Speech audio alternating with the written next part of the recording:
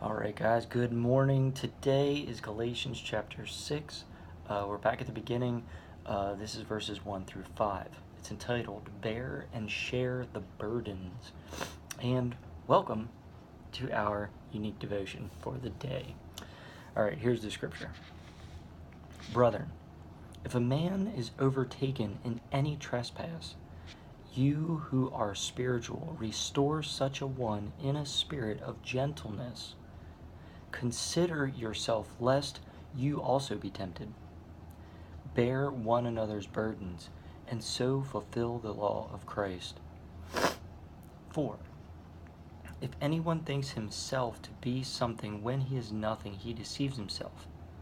But let each one examine his own work, and then he will have rejoicing in himself alone, and not in another. For each one shall bear his own load. All right, there is a couple of really good things here, but the one that I'm going to focus on today, the one that really stood out to me the most, was this. He's talking about how others are stuck in something, or they're in a trespass, they are in a sin. The first one that comes to mind is someone who's caught up in drugs or alcohol to an overwhelming point where it's really affecting their life in a very negative way. Considering yourself, lest you also be tempted.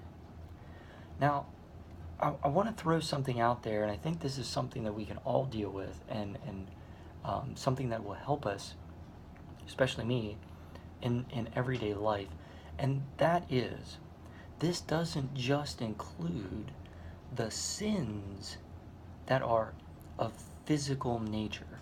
Like I just mentioned, too, doing drugs and alcohol in a very unhealthy way.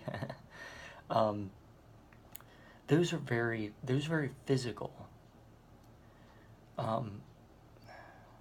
And outward. Maybe that's a better way to put it. Those are very outward sins. But there's things going on inside of us. So when someone, this is just an example, and I think you'll understand what I'm saying. When someone is looking frustrated, when someone looks angry, when someone's mannerisms, even from a distance, do not reflect the spirit of gentleness, you see that and you tend to get drawn into that energy for some reason. Somehow you tend to think, maybe, are they frustrated at me? Did I do something wrong? Why are they frustrated? You're even just thinking about why they might be doing that thing, but you're already caught up in that feeling because they're in a state of frustration and anger, and they're drawing you towards it. Maybe you're not completely angry with them. Maybe you're not completely frustrated. Maybe you don't even know why they are acting the way they're acting, but your mind and your energy is starting to be drawn towards it. And what he's warning here is to warn you lest you be tempted also. As you're being drawn in, all of a sudden you can be drawn into their anger. You can be drawn into their frustration. Maybe they approach you and they tell you why they're angry or frustrated, and you just agree with them. Even though no matter how you look at that situation, you're both now in a state of anger and frustration towards whatever was going on, especially if you just agree with them. But what if you come at that situation with a spirit of gentleness? A spirit that helps them calm their anger, to get redirected, to lessen their frustration.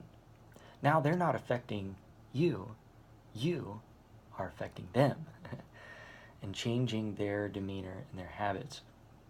So I don't want to get into too much of how our energies affect each other, but it's a good word to use, but it's even, you could say, emotion, how we see our emotions, we see others' emotions, and they do affect us.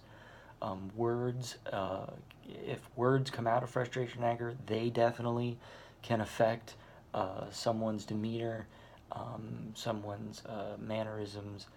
Um, we know these things. I'm kind of rambling on here. I apologize.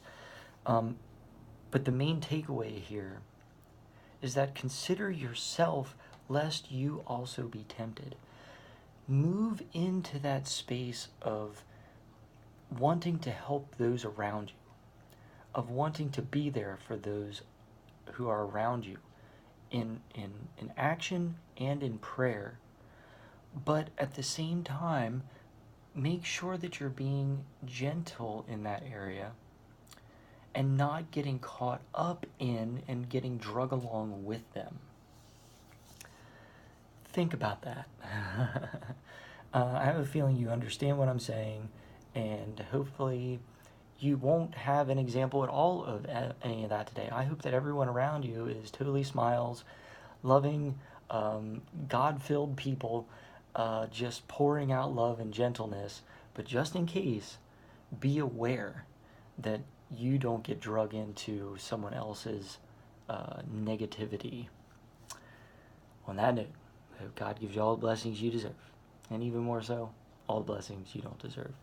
Till next time, have a wonderful day. There's not going to be any pump-up music this time. I apologize for that. Hopefully next time there will be some. Please like, subscribe, and share this on your social media. Hopefully your friends and your loved ones and anyone who sees this will get some benefit out of the questions that are posed for the day. Till next time, have a wonderful day.